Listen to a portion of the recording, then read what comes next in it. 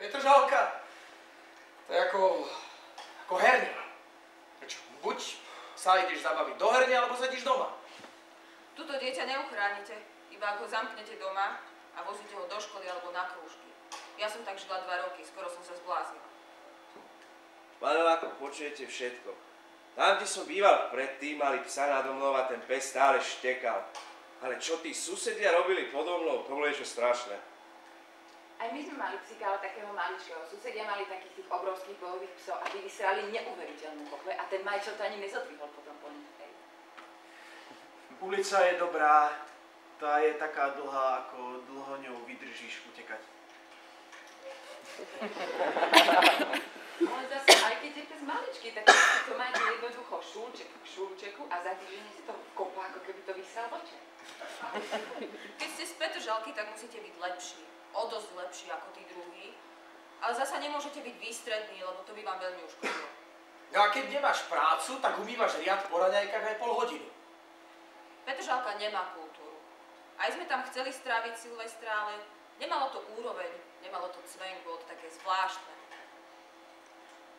Najhoršie je, že keď vychováš proste decko a ono je úplne iné, ako si predstavuješ, že v tejto anonymite a ľahostajnosti proste sa úplne kľudne prepečie, že máš si na práha. V Petržalke sa nedá len tak túlať.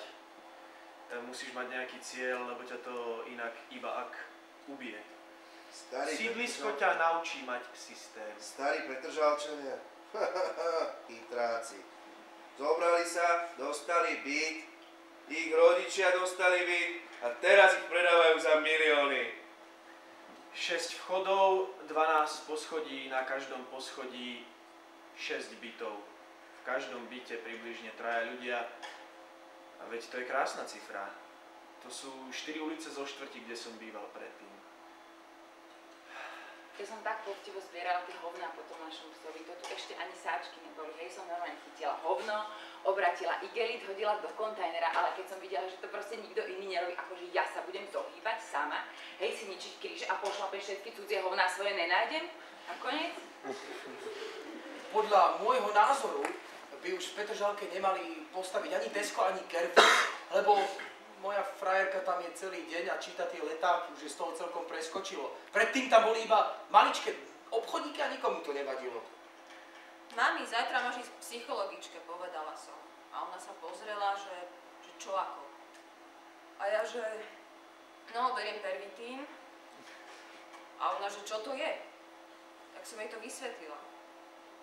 U nás za barákom začali kopať obrovskú jamu, bagno.